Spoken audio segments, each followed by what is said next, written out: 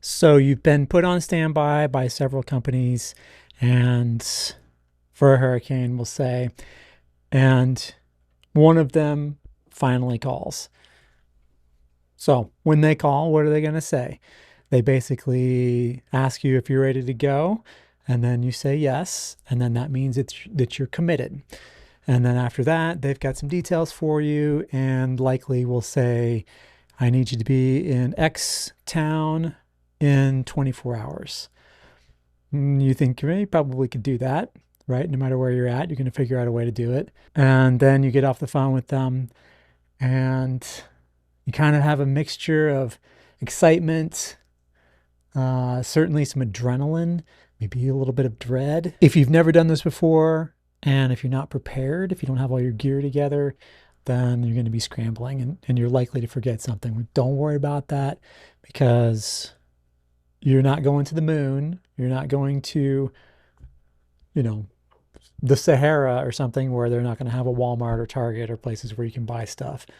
So make sure you've got your primary storm gear with you and your laptop in particular, your ladders and everything, and some storm clothes, and throw that stuff in your truck and hit the road. I don't care if it's 5 o'clock at night.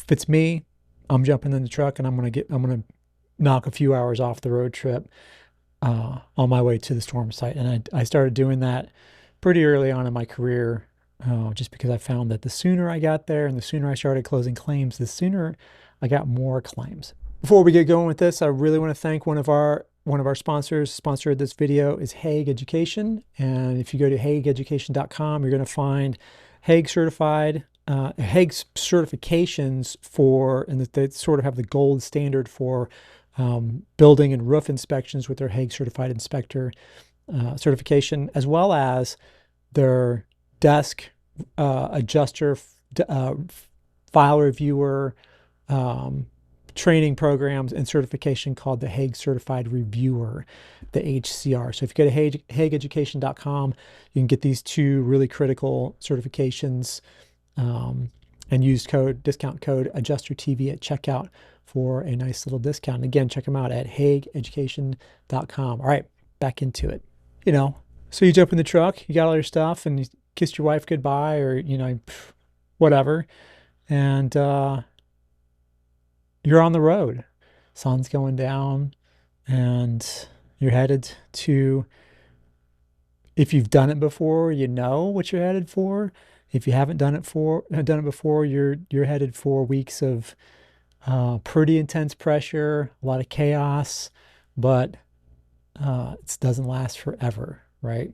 And if this is the first time you're doing this, this is your prime opportunity to start getting some experience and to start showing the powers that be, I firms and the carriers and everybody, that you can get your brain wrapped around this stuff and that you're adaptable, you're coachable, and that you go from, they know you're new, right? So you're going to go from zero to something that they can use as a resource by the end of the storm. And that's really your ultimate goal. So the place that you get sent to first isn't generally, may or may not be your final destination, like the place where your claims are.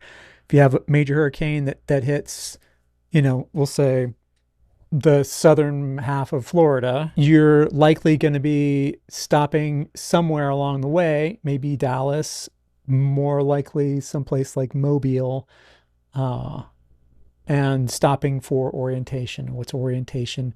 Orientation is basically where you could call it induction, I guess, but it's basically where if you're brand new, or if you're new to this particular carrier that you've been deployed with, then you're going to go, and you haven't certified with them, or if you haven't taken any of their classes, like for example, we'll say Allstate, they're going to want to have you learn their roof process, get orientated on their estimating guidelines, and run through their next gen, or whatever system that they're using for claims management. And in a lot of carriers, they want you to get in there and set reserves and do diary entries and do all that stuff. So you're going to have to learn how to use that stuff. This is orientations where that happens. Roof process is where they tell you, where the threshold is, where you can total a slope or total a roof versus just repairing it. And they'll explain to you how you get paid and all that stuff, right? Also, at the induction center, you're going to be buying storm shirts, which usually they will just set that against your first paycheck. And storm shirts are $40 or $50 or whatever. Buy as many as is reasonable. Usually they have them in a box there. So again, this speaks to getting there as early as possible, because if you get there late, the only thing that you're going to find are quadruple XLs and quadruple extra smalls. Okay, you're not going to find any mediums or larges or XLs in there. They're all going to be gone. So the sooner you get there, the sooner you can get a couple of shirts that actually fit you. Absent of having a storm shirt, they probably have light jackets or like a golf pullover or something like that that has the company logo on it. And short of that, you can just wear storm shirts or just wear solid color. I would say blue, navy blue, red, or white, or like maybe yellow or something like that. Just golf shirts from Target or Walmart. Right? You don't have to spend a lot of money on these because they're going to get sweaty and ruined. You're probably going to toss them at the end of the season, right? And they're super inexpensive, and you're going to want to have those anyway, even if you do have storm shirts, because you've got a laundry cycle. So you're also going to pick up your door magnets for your vehicle that say AmFam or Allstate or State Farm or whatever on the side of them, and they probably will likely have printed materials for you to hand out to the customer, to the insured, while you're there, right? Something that you write your cell phone number on, or your toll-free number, and you hand that to the homeowner when you leave, right? If you have any other questions, give me a call, and there's some answers in this thing, kind of deal, right? Generally speaking, orientation is for newbies for the most part. They will have a sort of a general, like 1 to 2 hour orientation for everybody that you got to go through no matter what. But then often the veterans who've already got their doormat, they've already worked for this company a bunch. They may not even go to that. They've already got their door magnets. They've already got their storm shirts. They've already got everything. They're just going to go start doing their claims, right? When their claims get assigned to them. The trainings that they do have in there, that's not adjuster training. So it's not like, well, I don't need to take training. I'll just go, they'll train me at orientation. Matt said that, not how it works. These are just simple things to get you calibrated with the way they want you to run their claims. So it's not adjuster training. They're not going to teach you how to use Xactimate. They're not going to do any of that stuff, right? You'll find that it seems like it's chaotic when you go into these things, but if you pay a little bit more attention, you'll discover that you'll kind of start to see that there's a sort of a systematic organization to how they do these things. Often a lot of companies, when you first walk in the front door, they'll have some desks along the one side, or folding tables with people sitting at them, and you'll get your ID badge, which you're absolutely going to have for a little bit later, which we'll talk about, going through National Guard checkpoints and that kind of thing. Plus, the insured is going to want to need to see that. Also, along those tables, they may have IT section, right? So you hand them your laptop, and they say, all right, well, just come back in a couple hours, and I'll give your laptop back to you. They're going to get into your laptop and set it up for exactly how Xactimate needs to be set up, and all the macros and all the everythings, and they hand it back to you, and it should be just ready to go, right? That's been something that's happened when I've gone to hurricane orientations. So, and that's pretty much orientation. It can take a few days, depending on how new you are and how many different little classes you have. It may be that you are sort of in a holding pattern while you're waiting for your you're waiting for your claims to get assigned to you, because the zone where the storms hit, the fire went through or whatever, nobody can go in there yet. And they may not, it may take a couple of few days for you to get your assignments. Generally speaking, they'll put you on a per diem while you're waiting to get your claims, and or you can ask for an advance against your first paycheck with some companies to pay for hotel and whatever, and then while you're waiting to get your claims and to close those claims and get paid, right? And generally speaking, if you've got the money saved back, like we always try to say on this channel, before you part of getting prepared for this is to get training, get licenses, but also have money set aside for this sort of startup stuff. If you got a credit card and that's the kind of thing you use, then use a credit card, right? Once you get done with orientation, and you get assigned your claims, they may be right there or in Mobile or whatever, or they might be in Tampa or they might be in Miami, right? So you're going to get your claims, you're going to drive down there. Finding a hotel anywhere near those major destruction areas, probably going to be an hour, maybe 2 hours away from where your claims are. Often, when I was working claims on Hurricane Katrina, the closest I could get was 2 hours from my claims. So I had a 2 hour one-way commute every single day, which adds a lot, right? Especially in that time of year down there, the love bugs, I have to add in going to the car wash every day as well, because they just coat and they, I don't know, there's something in them that dissolves paint and whatever. So you got to wash them off if you value your vehicle's paint. So you have to take into consideration those things when you're setting up your claims assignments, right? But when you get your hotel, get settled in, and when you finally do get your claims assignments and you made your appointments and you are driving around, you'll start seeing sort of the level of sort of the scale of destruction that these storms can produce, right? The first major hurricane I saw was Hurricane Ivan, and in 2004, and the Home Depot, the front is collapsed on it, and you can see all the way. You can see the light through the back of it, right? And the whole inside of the store is just like a jumble of, just debris, right? There's boats and cars and trailers and trees and pieces of houses and clothes and stuff piled up in the median on the highways. Because usually right after the storm, Army Corps of Engineers and other, organizations will go through and clear the roads. And one thing that I wasn't prepared for that was really, really strange, that again, I wasn't expecting it. And that was that when you have the power's out, so none of the traffic lights are working, windows are blown out of everything or they're boarded up, but everything, literally everything, has some kind of debris on it, right? Has some sort of there's insulation hanging off of everything. There's dirt on things that are normally, like, you're used to seeing being clean, like the front, like McDonald's, right? It's usually the outside of the building is pretty clean, but now it's all kind of covered in dirt and filth and debris, and it's everywhere on everything. And that is, you're so used to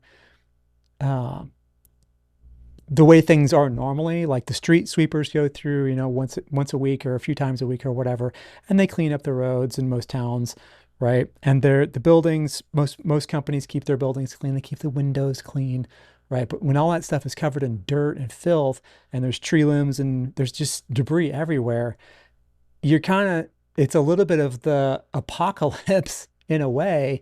And it gives you this is what surprised me, is it kind of gives you this sinking, weird, sort of this is not right feeling inside of you. It's really bizarre. You kind of have to experience it yourself. But that kind of destruction goes on for miles and miles. I mean, it's just you could be driving for a couple of hours and it's just the trees are snapped off halfway up and everything is destroyed everywhere. What you see on the news, it's edited, compressed. You can't really get a feel for the scale of the destruction especially on major hurricanes like that. That your ID badge and your door magnets are something that you absolutely have to have those, because when you pull up to neighborhoods to go meet the insured, oftentimes the state, and we'll coordinate with the National Guard, and I say, all right, well, we're going to let homeowners in to go and assess their damage, and we'll let them meet their adjusters. So you make appointments to meet with the homeowner at their house, but you're going through a checkpoint, and the checkpoints are there. They try to put up security to keep looters out of those areas, right? So you at 9 a.m. on Tuesday, you're going through a National Guard checkpoint, showing your ID badge and the insured's information on your clipboard and everything. And you've got your door magnet on it says the company name. And then you're meeting with the insured. And those, you're kind of in a way sort of a first responder, right? You're the first person that's seeing that the insured's house with them after a major catastrophe. Um, it's kind of a weird authority of having that credential of being, that person, right? Um, and sometimes, people just stayed home. They stayed through the whole thing, which, you know, maybe it's fine in some areas, but I think there's been a lot of tragedy with that as well for people who think that, who don't believe that the storm is going to be that bad or that their house will be fine or they value their material possessions more than they value their lives. I don't know how to explain it, but it's what you have insurance for, right? Maybe they don't have insurance. I don't know. Another thing that you kind of experience when you're on these storms is you do kind of have a certain level of, you could call it isolation. Um, you're basically eating all your meals by yourself, breakfasts. Maybe the hotel that you're staying at has a little breakfast thing where they have like the powdered eggs and then the little tiny boxes of like Fruit Loops and all that the continental breakfast stuff. Lunches, if you're proactive, if you're working with a partner who can, this is another place where a partner can help you, is to you know put together your sandwiches for you and help you with that kind of thing, right? No matter whichever one. But generally speaking, you're going through the drive-through, right? So you have to make good choices there.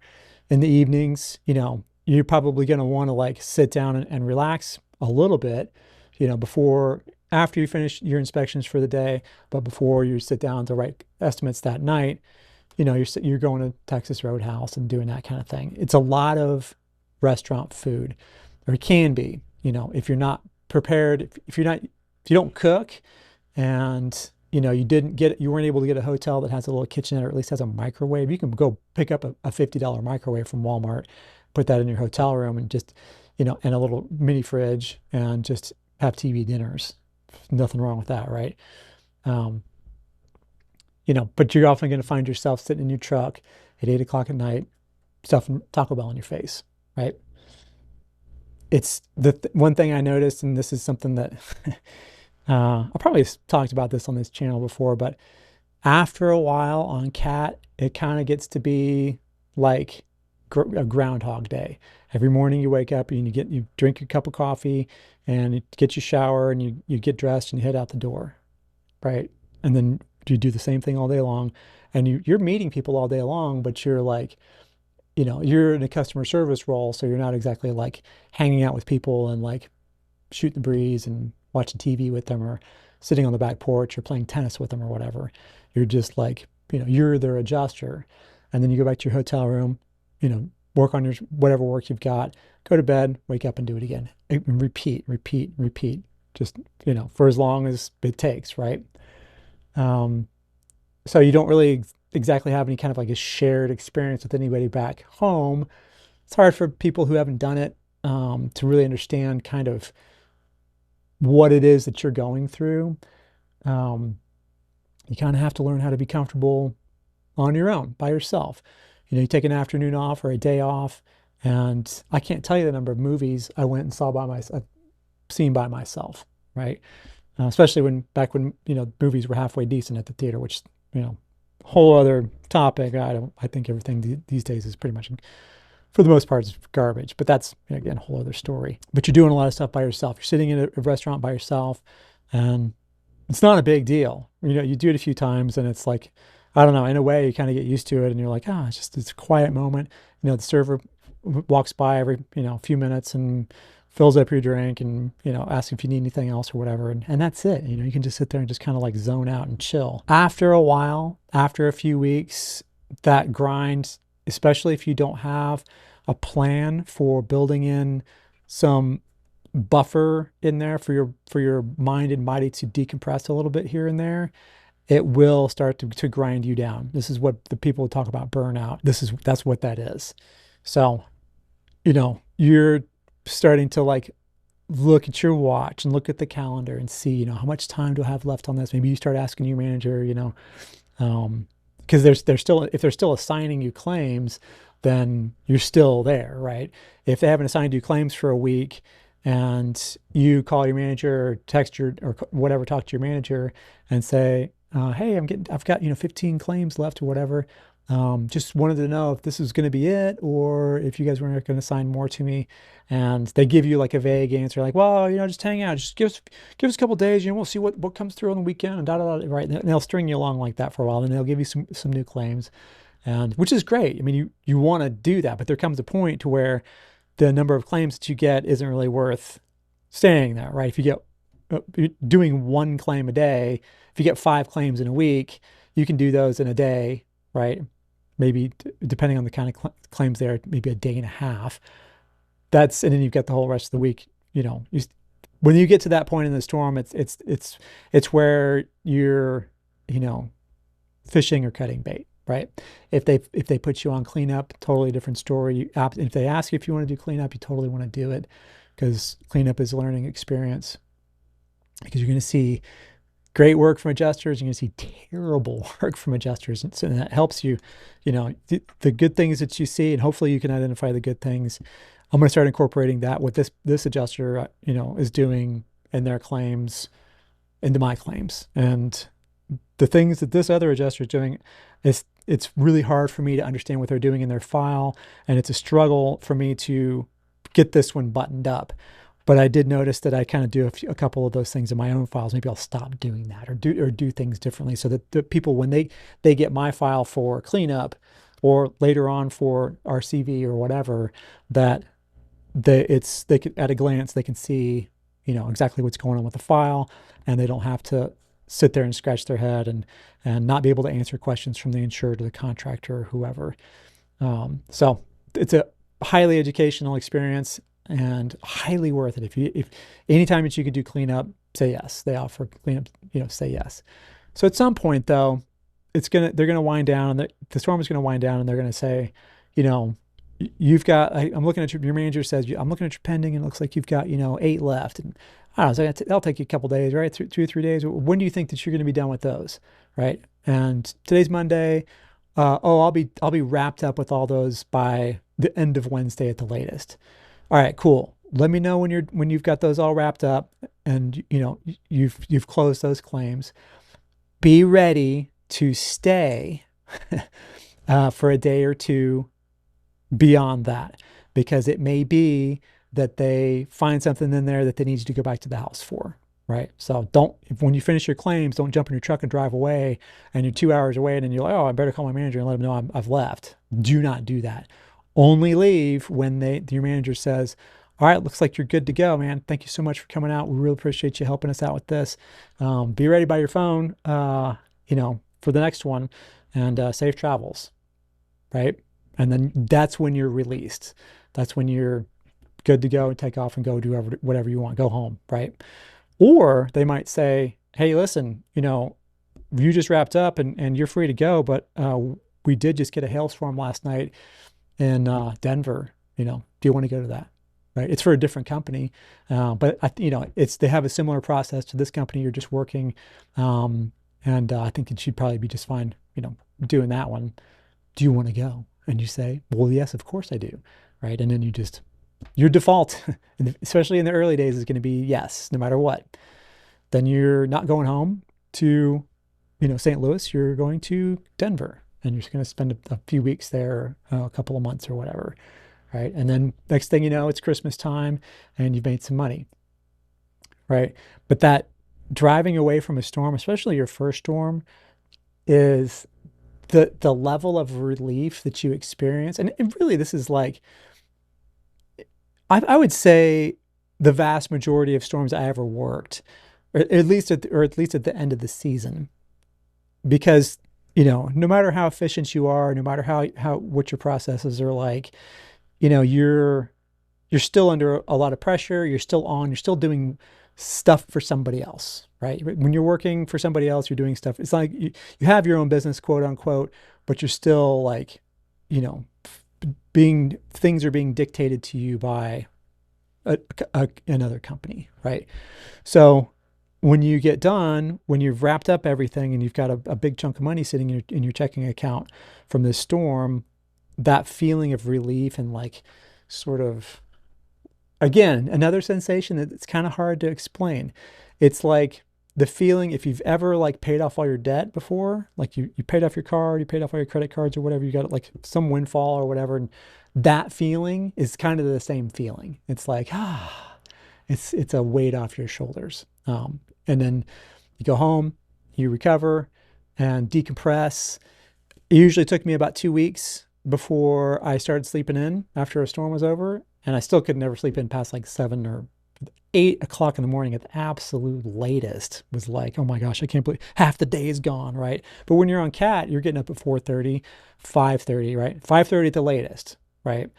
Um, and you're going to do that for a couple of weeks, and you're going to be like on sort of like everything's still buzzing, and you're still kind of like, this is the part of the decompression process is to like come down from all this stuff. Um, but when you do, then you're relaxed and you get the lawn mowed and do stuff around the house and go visit family and friends and go hang out with your buddies and whatever, right? And then a couple of more weeks after that, and you're looking at your watch again, like when are they going to call, right? And so you start calling in, depending on time of year.